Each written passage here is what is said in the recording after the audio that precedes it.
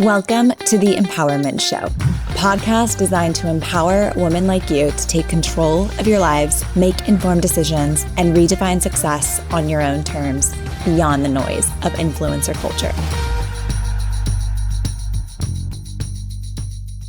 All right, everybody, welcome back to the Empowerment Show. We are thrilled to have a very special guest on with us today, Katherine Legge. If you don't know who she is one of the most decorated, well-known, celebrated women in motorsports. And I'm randomly connected to this woman through my husband and his family, and we'll talk about that connection. But we're thrilled to have her on. She's totally broke barriers for women in this sport and really is the definition of resilience and persistence. So Katherine, maybe before we dive into some of the questions we have for you today, do you want to do a quick intro and tell our guests, especially if they're not familiar with what you do in the industry you're in, a bit about you? Well, thank you, Madeline. Thank you for inviting me on the show, firstly. I like that resilience. I never use that word, and I think that is very accurate. I think, I don't know whether it's actually more stubborn, like never giving up kind of stubborn. I haven't decided whether it's a good thing or a bad thing yet, but it's a good thing. It's a good thing. Okay, we're going to go with that anyway. Positive mental attitude. I'm a race car driver. I have worn many different race car hats or helmets, should I say, throughout my career. You can tell I'm not American, probably still from my accent. I grew up in England, and I started racing go-karts when I was 9 years old. I worked my way up through the ranks of kind of go-karting, but my first opportunity in car racing came in 2005 in North America. In Long Beach was my first race, and that is, in fact, the link that you alluded to earlier, in the Kevin Kalkhoven was really the reason I'm sitting here talking to you guys today. He's the one who gave me my first shot in professional racing 20 years ago, which is bananas to me to think about. I know, it's wild. At least the resilience thing has kind of kept me keeping on, and I am still around. I'm still here, people. Not going away. Not going away. And I've driven, since in those 20 years, I've driven everything with 4 wheels and a steering wheel. I've driven open wheel cars. I've driven, so your listeners probably don't know much about racing, right?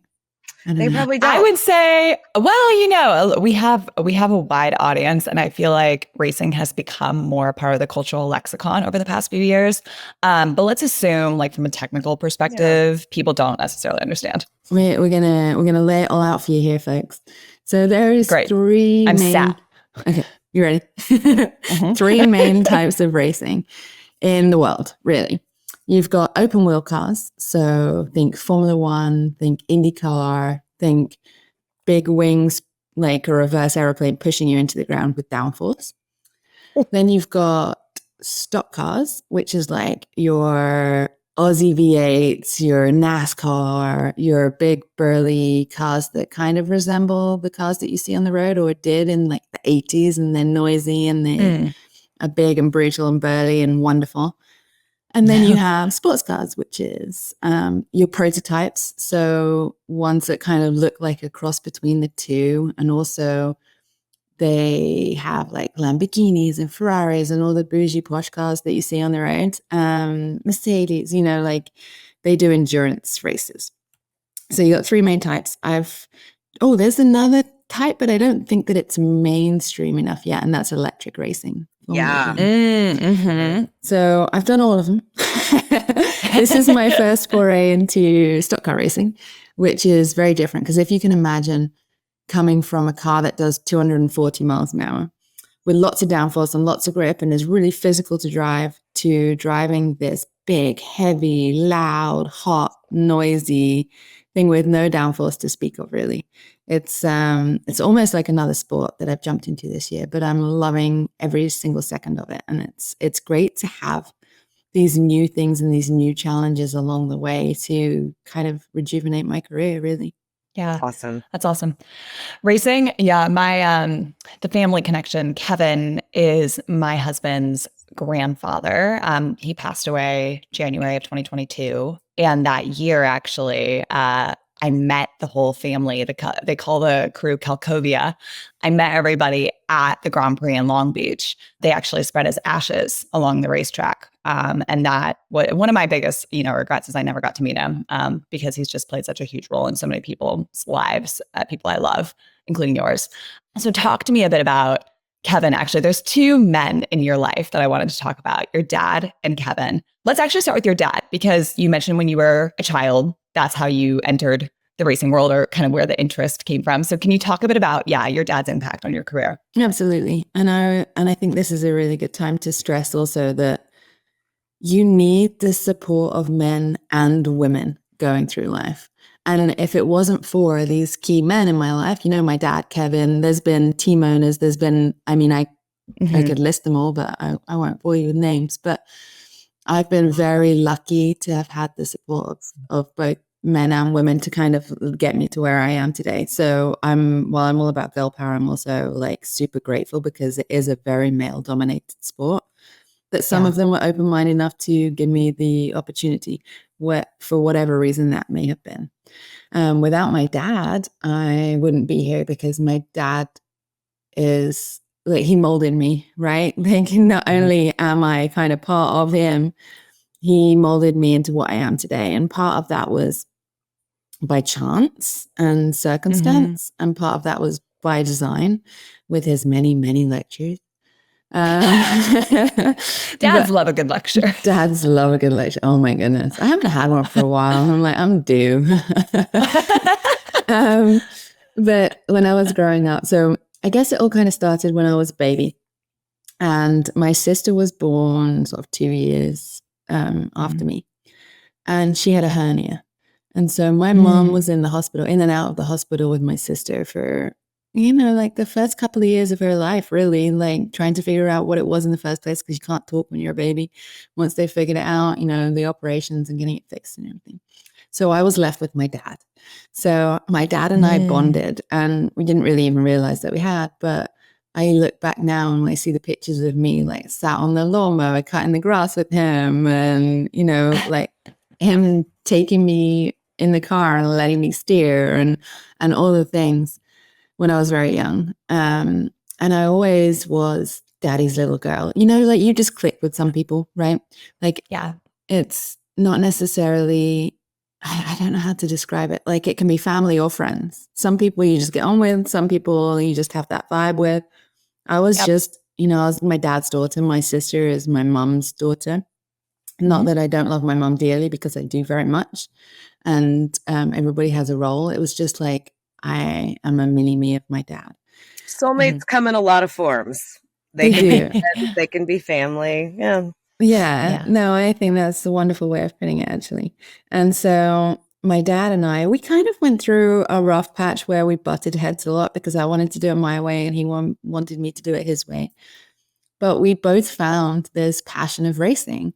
And so I feel #blessed that I found something that I was super interested in, that drove me. Oh, no pun intended. I was driven to race. I love that. That's a great pun. But like some people, they don't know what they want to be when they grow up. And I wanted to be a fighter pilot. Couldn't be a fighter pilot because my eyesight wasn't good enough. So I was like, I'm just going to drive really fast instead. I wanted to be a professional wrestler. Did you? Instead, she became a lobbyist. Same. Like, or like a lawyer. WW. Yeah, oh, that'd be cool. Wrestling.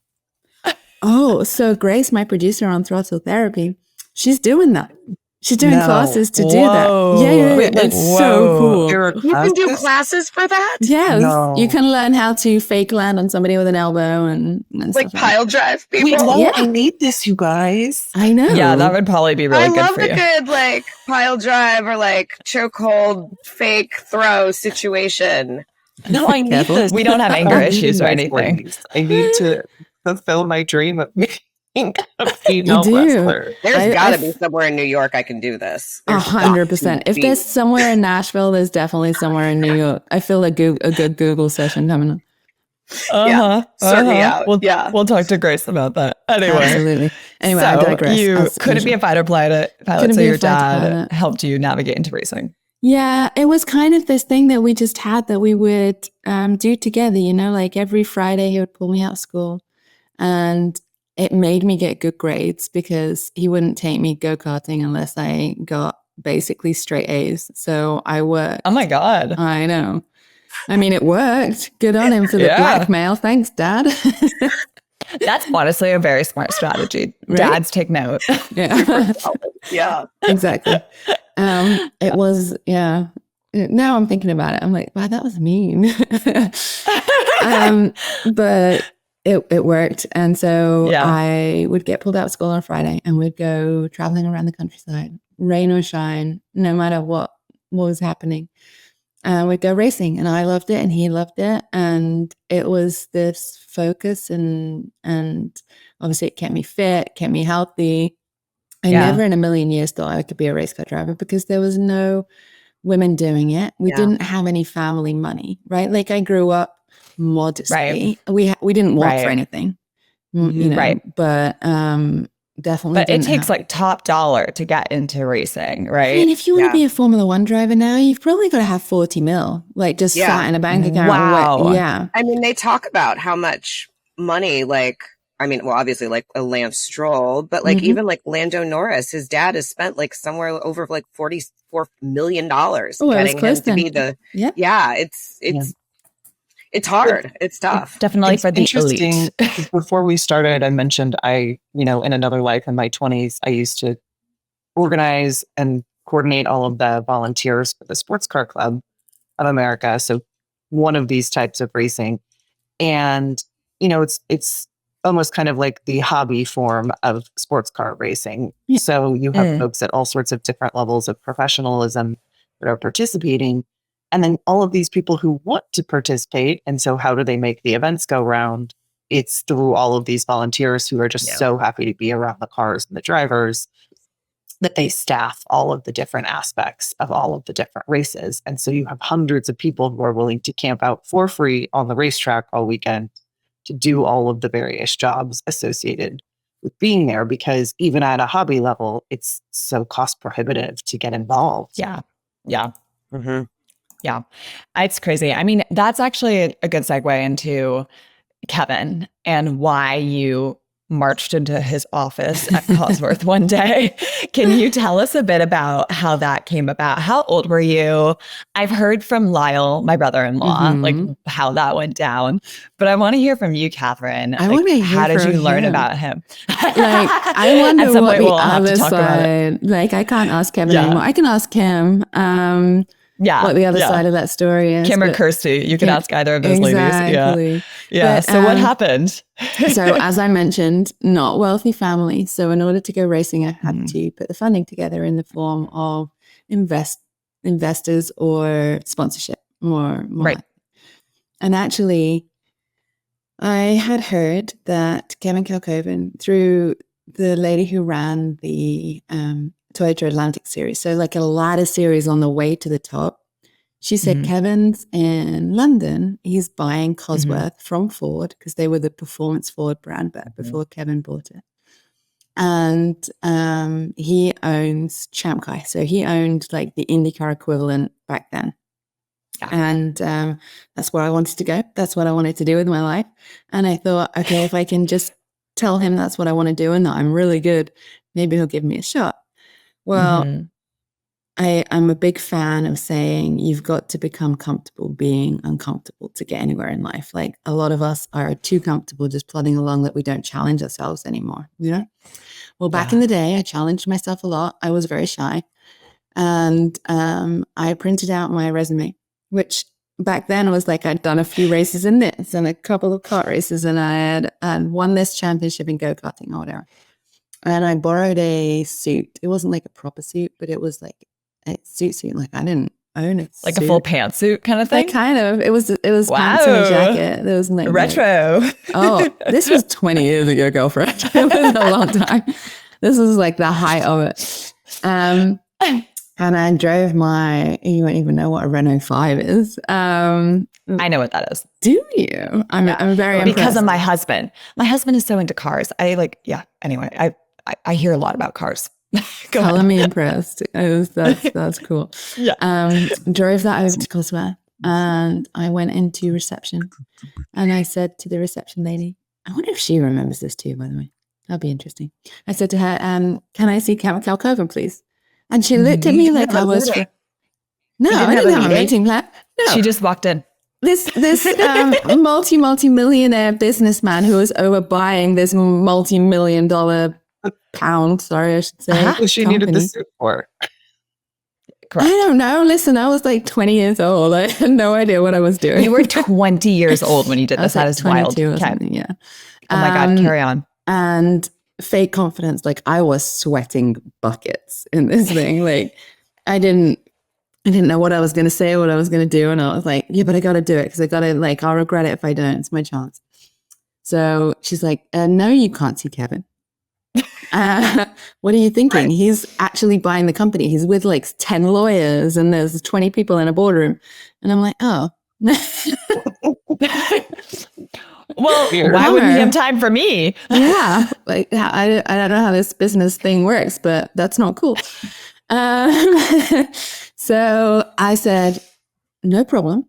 If you don't mind, I'll wait here. And when he comes out for lunch or to get a coffee or whatever, however, I will just give him my CV, my resume, and shake his hand, and then I'll be on my merry way. I promise you I'm not a crazy lady. And I really just want him to see me, to know that I'm real and know how much I want it. So she was like, okay, cool. Have a seat. And I guess I was there for, I don't know, it must have been like 3 hours or something crazy. Yeah. And Kirsty, his daughter, and Kim, his fiance at the time, now wife, came out to see who this crazy British girl was sitting in reception. And they spoke to me. And so they actually were the ones who went in and said to Kevin, hey, you should probably speak to her. She's kind of like, it takes guts to do this. It's cool. Yeah. Like whatever you decide to do. And he gave me 5 minutes and I gave him my CV. And like I spoke to Kirsty and Kim for like 20 minutes or something. Spoke to Kevin. He was looking at me sideways the whole time. Like, okay, there's something deranged about this person. Like, who does this? And so I got in the car and I drove home. And back in that day was like the early days of the cell phone, right? Where you could still use them when you were driving, but they were like the brick phones. Well, anyway, I remember driving my Renault 5 with my brick phone, calling my dad crying, going, he thought that I was crazy and he hated me and it's never going to work and I'm never going to be a race car driver and I'm going to go and work in a bank. The imposter syndrome was fully taken over. Oh, yeah. Like, and also like I don't know, 22 years old or whatever, so I'm ultra dramatic. Yeah. Yeah, of course. I also just want to note how impressive it is that you knew this was happening and where it was happening and how to get there at a time when, that's resourcefulness. For listeners, reminder, that's not like this was on Google, like that you were checking the paper. We had MapQuest. MapQuest. I had my directions printed out. Yeah. MapQuest. Yeah. No, impressive. So you're driving back and you're like, oh, what did I just do? Yeah. So I was like, okay, that's it. My racing hopes and dreams are over. And literally like 4 days later, I get a call from Jim Griffith, who owns a Indy Lights. So on the Ladder Series team. And he says, Kevin Kalkhoven wants us to test you. Can you be in Phoenix next Thursday or whatever it was? And I was like, whoa, what alternate universe am I living in? Yes, of course I'll be in Phoenix. Thank you. And so I call my dad again and I'm like, hey, I need 400 pounds because I got flying to America. I'm going to America. So my little British butt gets on a plane and goes and tests in Phoenix and Jim and Pam, his wife, give me a glowing reference from my test. And Kevin said to me, I remember it like there is 9 days, like, okay, young lady, you have 6 races. We'll give you 6 races. We'll see how you go. And I was obviously uber grateful. This was the biggest opportunity I've ever had in my life to this day. Like it was the thing that made my career. It's completely formed my life. And I turned up in Long Beach. I crashed in qualifying. And so they put me to the back of the field, and I made my way through, and I overtook every other single person, and I won the race. And like the whole paddock was like cheering, and my dad was there, like almost in tears, and Kevin was almost in tears, and that is why I now have my star on the Hall of Fame or the Walk of Fame in Long Beach. Yeah. Oh my God. I remember seeing it. I mean, at the time, I was like, I don't know who that is, but that's cool. There's a woman who has a star. I was like, great. And so Kevin then signed me for the rest of the year, and then gave me the opportunity to move up into the big cars the following year. And the rest is kind of history.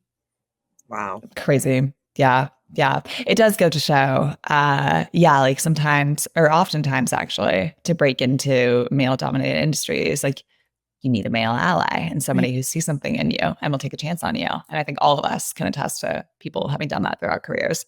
Well, Kirsty and Kim too, right? So it was both. It's so weird because it was the girl power thing that got the attention of Kevin. Right. And then having women in the right such a good point. That is such a good point. It's critical. Yeah. And Kirsty and Kim are, they're not shy people. And, if they listen to this, like, and I love that about them, like they will speak their mind, they will stand up for people. And I really respect that. And I respect that they saw, clearly what Kevin saw in you. Can you talk to us a bit about, so once you made your break into racing, how did you go about transitioning through the many different kinds that you were talking about earlier? And like, what was kind of your calculus around the different races you wanted to do and the different cars you wanted to drive? And just like, how did you navigate all of this, pun intended? Yeah, I didn't really. It's kind of like when something's being thrown at you and you have to dodge it and you have to go in a direction. I feel like that's been my career because Kevin gave me the opportunity in open wheel, which is what I wanted to do. So I did a couple of years doing that. And then it's just happened the way it's happened, like politics wise, because Champ Car then merged with IndyCar, and IndyCar had Danica and Champ Car had me. Right. And for some reason, they thought there was only room for one of us. And so she was American, and I'm, even though I class myself as kind of half American at this point, because I spent my entire adult life over here, it doesn't count as much. So I was kind of getting left out in the cold for that year, which was 2007. So I had the opportunity to go back to Europe and drive for Audi in DTM, which is kind of like a stock car. So I did that for 3 years, and I was kind of miserable, honestly. Like I did not appreciate the 3 years I spent in Germany and Switzerland, and it was an experience. Why? It toughened me up. Was it the cars, or was it just the experience, or was it the countries? It was not the cars. It was the experience. It was the countries. It was the people. Like Audi have such a great reputation. They're such a great company, but back then, and now it's completely done a 180, and they're actually trying to help women in racing. But back then, it was very much like we were a gimmick and a token. And I thought, okay, I'll change their minds. When I do a good job, they'll give me the opportunity to move up and through. But like my team owner's opinion once was like, no, women should be going down to the cellar to bring up more beer and like supplying us with the beer. Wow. And you're driving the car. Yeah. And then the thing that made me the maddest out of everything over there was I was sat with my engineers at one point, and I'm like, why is my gear cut? So when you change gear in a sequential gearbox, you go through one to the other like a motorbike, right? It's not an H pattern. It's like one, boom, boom. Well, there's a cut that means that it can get out of gear into the next gear for making it really simple. Well, I said, why is my cut longer than everybody else's? Because I could see it on the data. And they were like, you've got to pull the lever harder. I'm like, you what? Yeah, you're not pulling the gear stick hard enough. And they're laughing at me. And I'm like, I can see it on the data. You can physically see. I can your literally car setup is different. See it. Yeah. And I'm pulling the gear stick as hard as I can pull it. Like That's so dumb. And they're literally laughing at me, like gaslighting me. And I'm like, this sucks. So And this is your team. This is my team. Yeah. I saw out the last year of that. And I honestly, I got fat. I was miserable. It was like, I ate my feelings. I was not happy. And then I was desperate to come back to the States.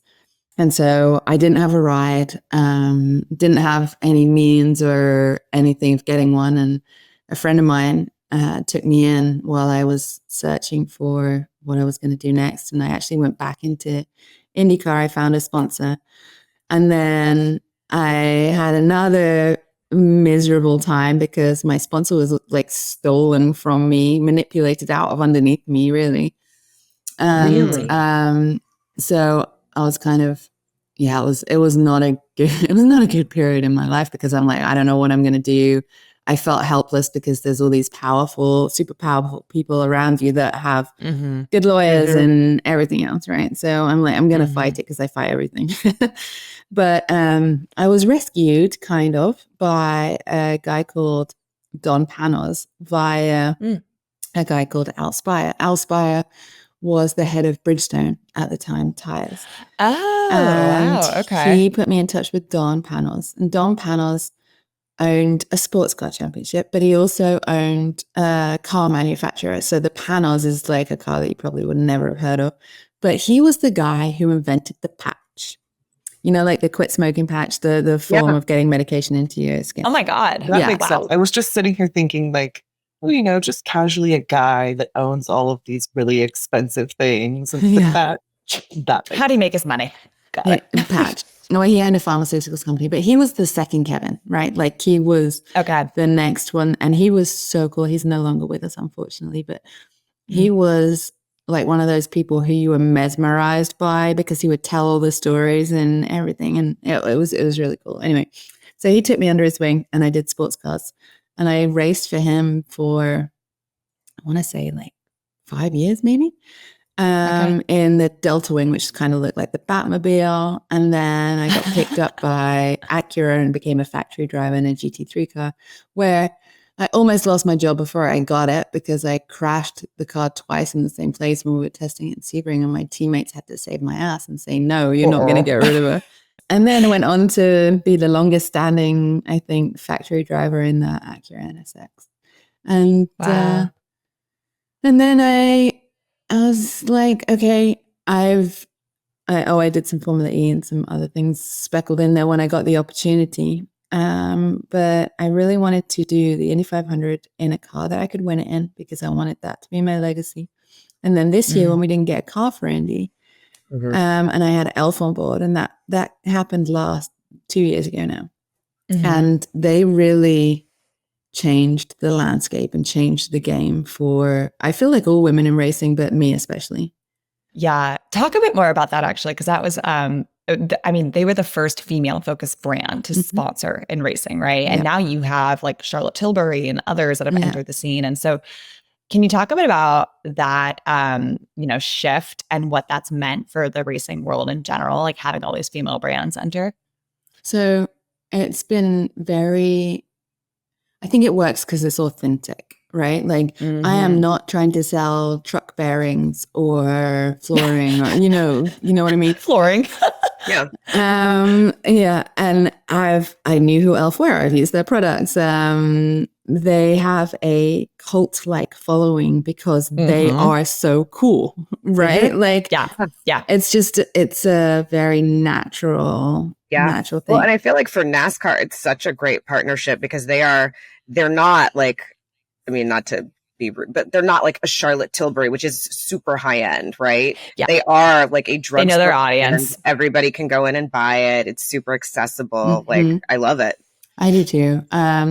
I actually, so I don't know whether any of you know this about Elf, but a lot of their products are like dupes or copies of really expensive brands kind of products. And so I've discovered like this whole routine that is amazing.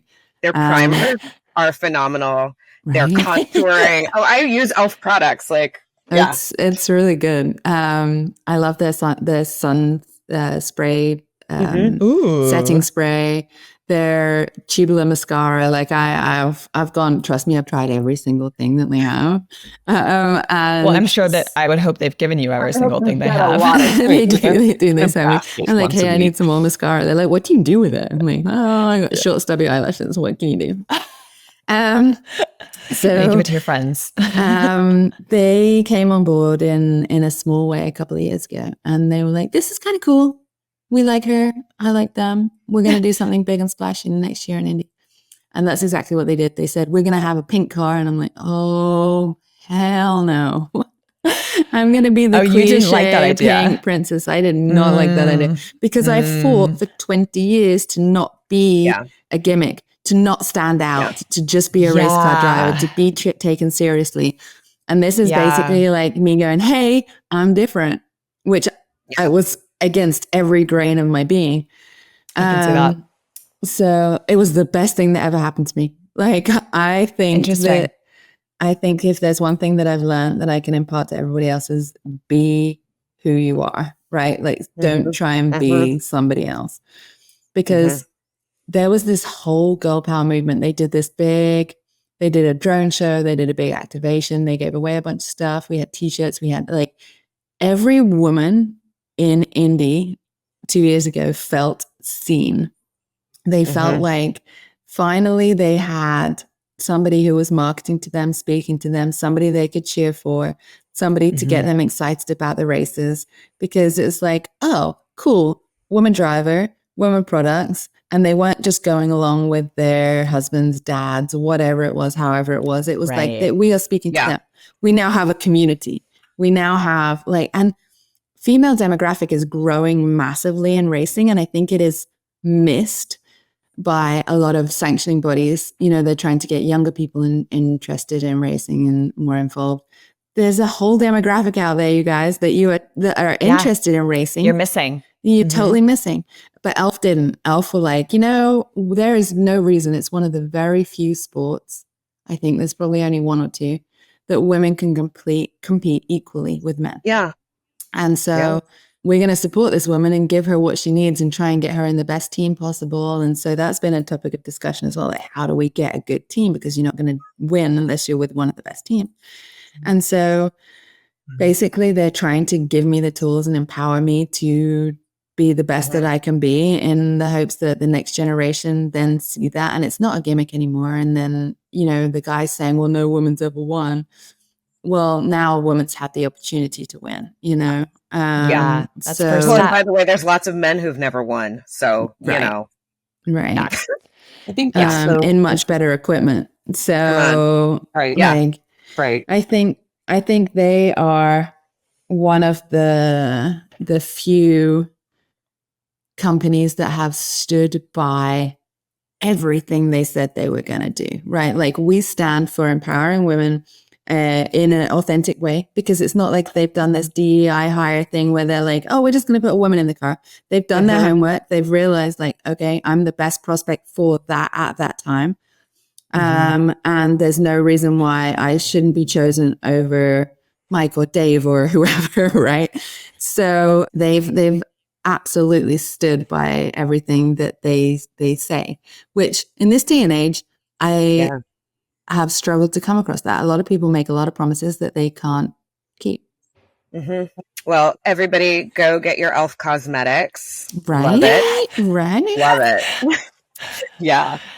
I think that's like that sort of your statement on kind of the gimmicks versus authenticity. I think even if you don't know that it's a gimmick as a woman, right? Like we can tell, we can look at products, and it's kind of like, oh, this was an all male panel that created this marketing campaign. Right? You just feel it in your bones. Yeah. And it is so rare that you have something that is, designed by and for women, with women in mind.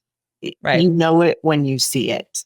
Yeah. And I think when we can't see that, when we don't see that type of representation, the interest isn't there, right? I mean, I was like my dad's grease monkey when I was a kid, right? He rebuilt custom cars and motorcycles. So I went to every car show, and, every now and then it's like, here, you get the pink wrench. And it's like, yeah, exactly.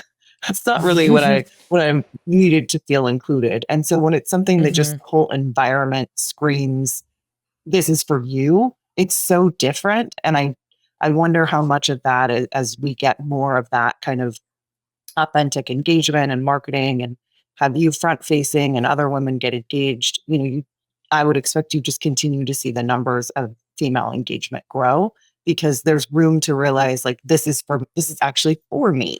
Right.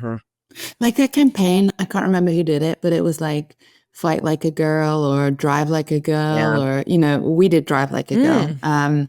Love that. But I think it was it Dove deodorant or somebody did like the negative. Sounds like Dove. Yeah. The negative connotations to saying like a girl, like a pink wrench. Why does the pink wrench feel less than an orange, Yeah. And it's probably cost more anyway because it's pink. Yeah. So I just think that they're challenging those kind of views. And the only way it works is if I'm getting results and being taken seriously on track. And so it's been a great partnership, honestly, and one that I've very much appreciated because of their genuine interest and the fact that it's not a gimmick and they're just kind of like, okay, we found the best we feel like she's the best person for the job. We're going to put her in and we're going to support her as much as we can, just like they do with a lot of the guys, which honestly I've struggled to find up until now. Interesting. Talk a bit about F1 Academy. Ooh. We would love your thoughts on, in terms of like supporting more women, getting more women into this sport. What are your thoughts? Is it a step in the right direction? What are the opportunities, challenges? I am so torn on the F1 Academy. My every bone in my body wants to hate it, right? With a passion, because it goes against everything that I've stood for my entire adult life, which is segregation is bad. We can compete equally with the guys. Why are you segregating us? There is one redeeming factor that and this is why, like, that emotional response versus the kind of cognitive response, which is they are getting opportunities that they may not have had without the F1 Academy. But what is that? At what cost? So to me, if you look at it, before the F1 Academy, there was the W Series. There has been one driver that has come out of the W Series and the F1 Academy that has gone pro to an extent. She made it to the second step. Yeah, Jamie. She made it to the second step. She didn't make it to IndyCar. She made it to Indy Lights, and now she's driving in sports car in Europe. So she hasn't done IndyCar, NASCAR Cup, LMP, whatever, GTP cars yet. She might. But in my day, I sound really old. If you look at 2012 or 2011, I can't remember which year, there was 6 of us in the Indy 500. 6 out of 33, right? Now, that's because each and every one of us had to fight really freaking hard and kind of claw our way up with the boys to get to a point where we were taken seriously enough that we would get the opportunity in an IndyCar, for the most part. Some of us better than others, but for the most part, 6. Right. Since the W Series and F1 Academy has come along, there have been 0 come out of that. And that's because they've been limited by it, because to be the best, you have to race against the best. And no offense to them, but they're not the best group of drivers that have ever existed. You have thousands of boys who are really good race car drivers because they wanted to be race car drivers. You've only got like tens of women who want to be race car drivers. So all of them go into the series. It's not the cream of the crop rising to the top. Right. Are there some of them that are really good that could probably make it? Yes. If they were challenged and thrown in at the deep end and had to go and fight against the boys and had to do it all, then I'm sure they would get better and come out of it. And I think a couple of them are doing things outside of that now. So I think you'll start to see a couple of them. But and I'm so disappointed in Susie. I love her to bits and she's great and she's made a great career. But I feel like she's been a bit of a sellout because she did it the hard way. And she raced in DTM with me and had to fight and knows what it's like. And now all of these girls are being coddled, which doesn't toughen them up. It doesn't make them resilient. It doesn't show them what it's like in the real racing world.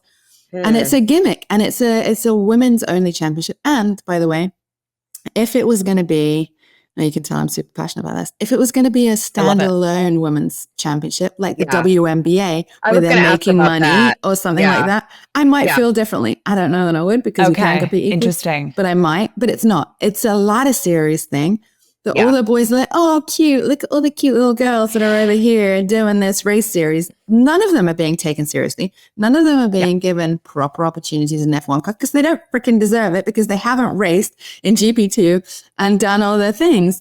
So I am very pro-woman. Don't like, a lot of people take this wrong and think that I'm like against the W series or the F1 Academy or whatever it's called now.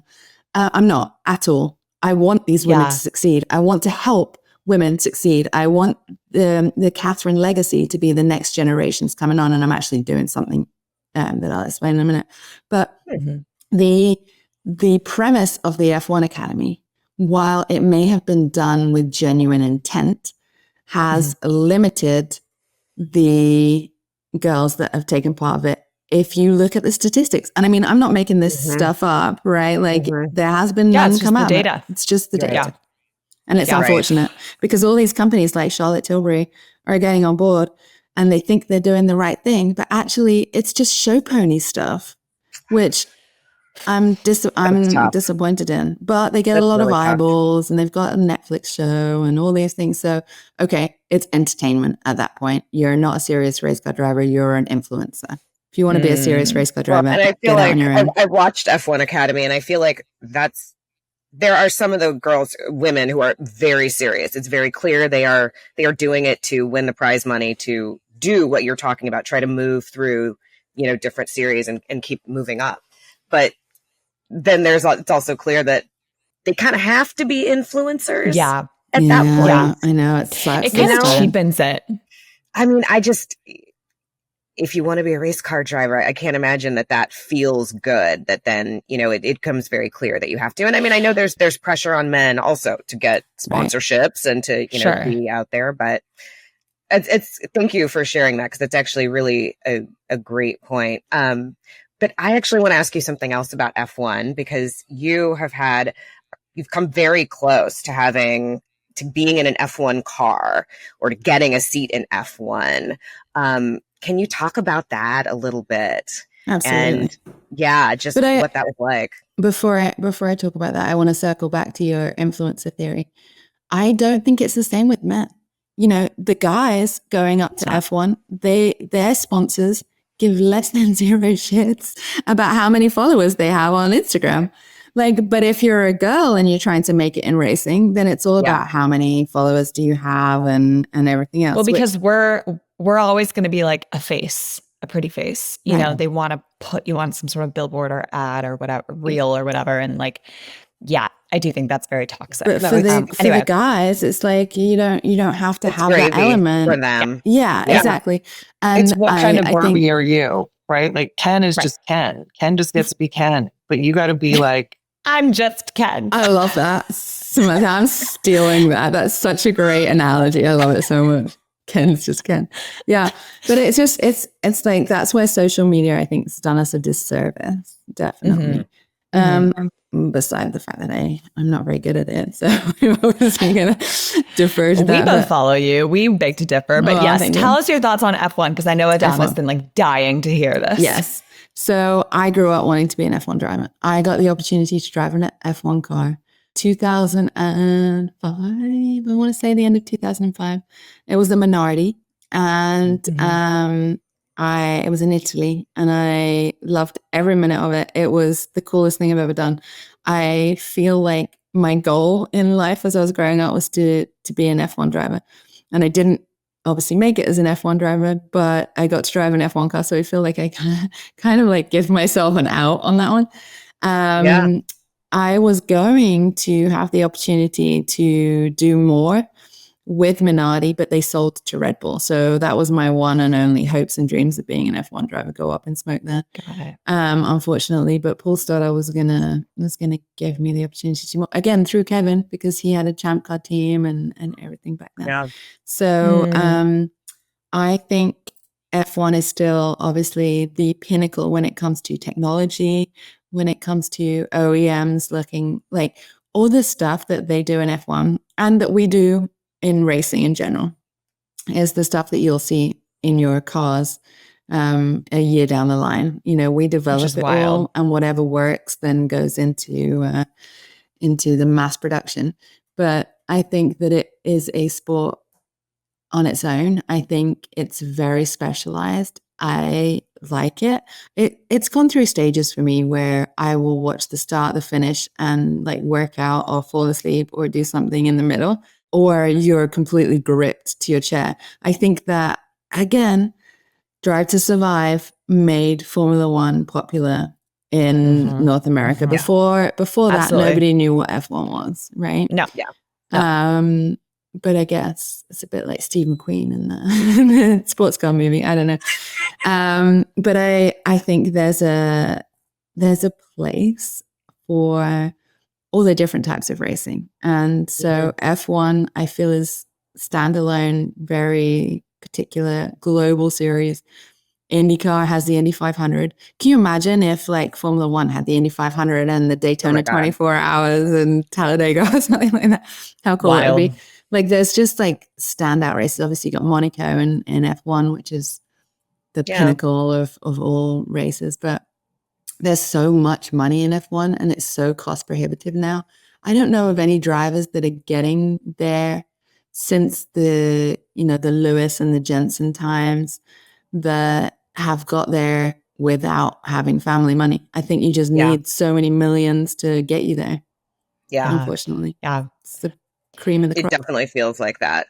And one of the things that has been really interesting to me getting into this, I mean, I got into F1 literally because the company I worked for sponsored a race car, and it turned out that it was like the number one driver in the world. And that was like, happy accident, right? And then I realized like, oh, maybe I don't actually even really love that team. Maybe I like this other team that's super tragic. And like, I've started being a Ferrari fan, and that put me in a whole other ridiculous spiral. But the fact that you came so close to having these F1 opportunities, I think about that ever since I first heard that, and I think about that all the time because I would absolutely love to see female drivers in F1. But one of the other things that I've loved, especially around NASCAR, is that there are so many African Americans working in and around NASCAR, especially in the pits. There's female engineers, there's Black female engineers,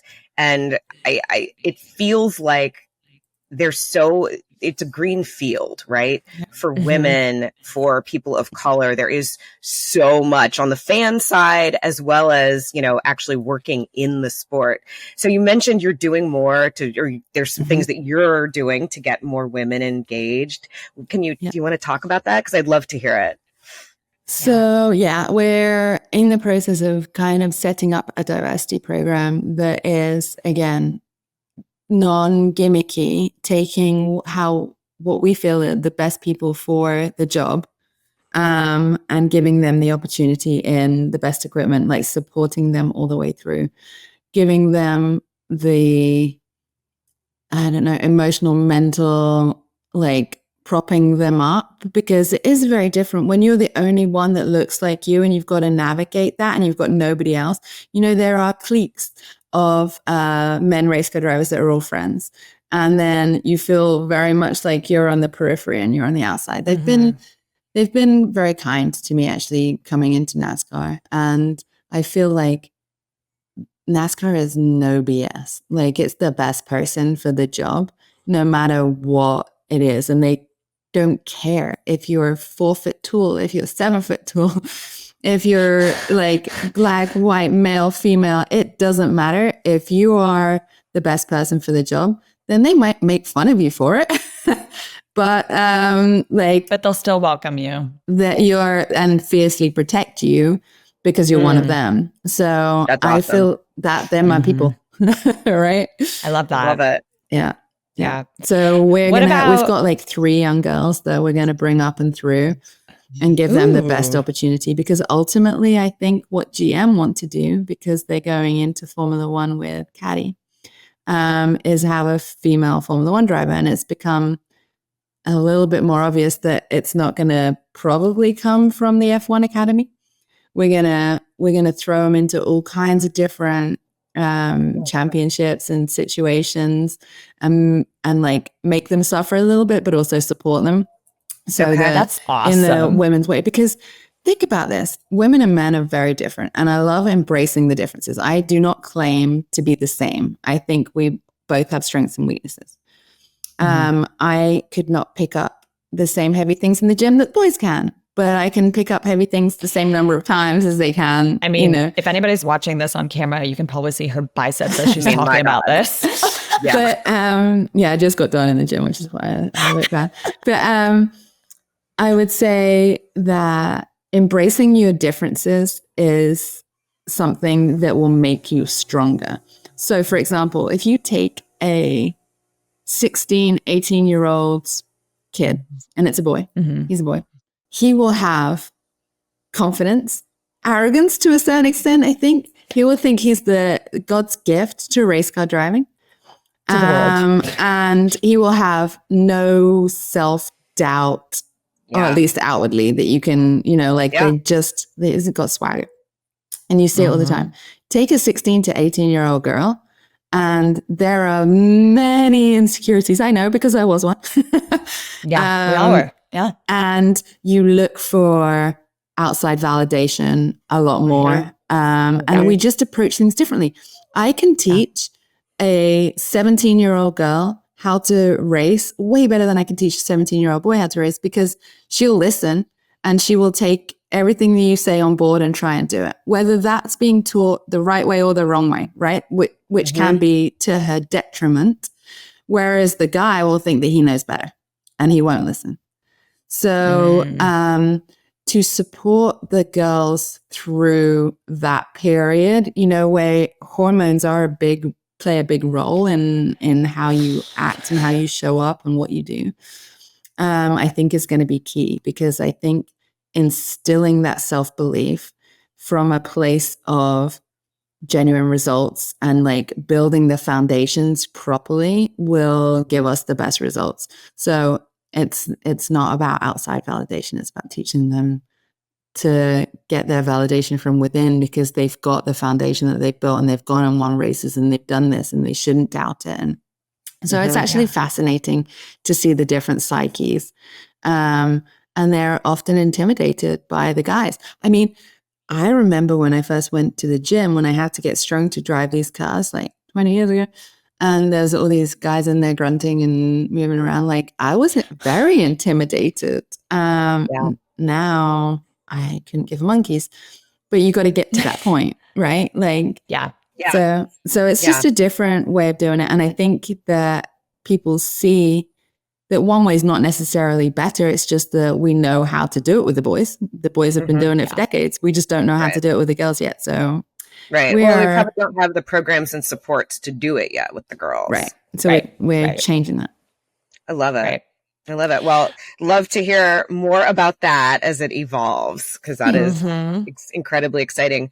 I know we're close to running out of time, but are there any other female racers that, if our listeners want to go and follow some female racers other than yourself, who, please everyone, go follow Katherine, but is there anyone else that, you think you're watching that you think is up and coming that we should look at? Yeah, we're working closely with Lainey Buse at the moment. She's doing some Trans Am stuff this weekend, actually, and she's doing a multitude of different things that I have high hopes for her. I think she's got a great attitude, fantastic personality, and I think she's one of the few with that fortitude that we were talking about earlier under the surface that you can do with grace and with a smile. So she seems to be pretty positive. I think Toyota have a girl coming up through that looks like she's going to be really good too. So there's a couple of ones that we can kind of get behind and support. I struggle with the social media thing. You see everybody's a race car driver on social media. So it's hard to sort the wheat from the chaff now. And I went through the same when I was looking at these girls. trying to ascertain whether they were any good or not. Like, what equipment have they been in? What have they done? And like, okay, they look really good on Instagram, but are they actually really good? And you have to like dig in and see, talk to their teams and their people. And so I think, yeah, her name's Ava Avison or something like that. Okay. I think she's going to be great. So there's a few, and I think a couple of them in the F1 Academy, if they are given the opportunity to branch out of the F1 Academy, we'll see. Maybe they'll be great. I mean, some of those girls do seem like real racers. I mean, you know? Yeah. Well, let's hope that they get the opportunity to do real racing stuff in series where they're racing against the best of the best, because to make it to Formula One, you're racing against the best of the best. Yeah, absolutely. So, absolutely. Same in Cup, same in IndyCar. Yep. You gotta, to get there, you gotta forge your way and fight your way up through. So how, I know we are almost out of time, and do you need to, I know we need to run this through here, but I can text. We'd love to hear, you are an author. We'd love to hear about the book that you have out right now. Cat's Magic Helmet. So it's a children's book that I wrote earlier this year, and it's basically my story through go-karting. And I'm incredibly proud of it, actually, because it seems to have inspired the next generation. And everybody so far loves it, unless they're just telling me that to pay lip service. I mean, it's the cutest book ever. Yeah, like, I went and looked at it and I was like, how could anybody not like it? Thank you. You know, I was shy as a kid, and I went through a bunch of different challenges I didn't know how to overcome. And I feel like karting gave me the answers. I did the work, but it gave me the answers. And so I just wanted them to see that, you know, when you grow up and you think about things being magic, and you think about being shy and not wanting to talk to somebody, or being bullied or being laughed at or what have you, that you can overcome these things, and it's all within you and how you think. And so I hope that I've made a difference in some small way to these kids and their parents. Well, you definitely have. Yeah. I mean, you've definitely inspired us. I mean, looking at your career, everything that you've done, I mean, you are in a very unique category that not even many men are in. I mean, all of the racing that you've done. So we just thank you so much for your time today, for coming on and discussing this. Seriously, a highlight for us. Oh, thank you. That's very sweet of you. I appreciate it. It's been fun. Yeah, thanks. You. And by the way, listeners, Katherine has her own podcast called Throttle Therapy. So if you haven't tuned in, highly recommend doing so. We've been loving listening. And make sure to subscribe if you have not already to both, and follow along. We have some more content coming. Katherine, thank you again for coming today. It was so fun to chat with you. And really do appreciate everything you're doing for women and for sport. Thank you, ladies.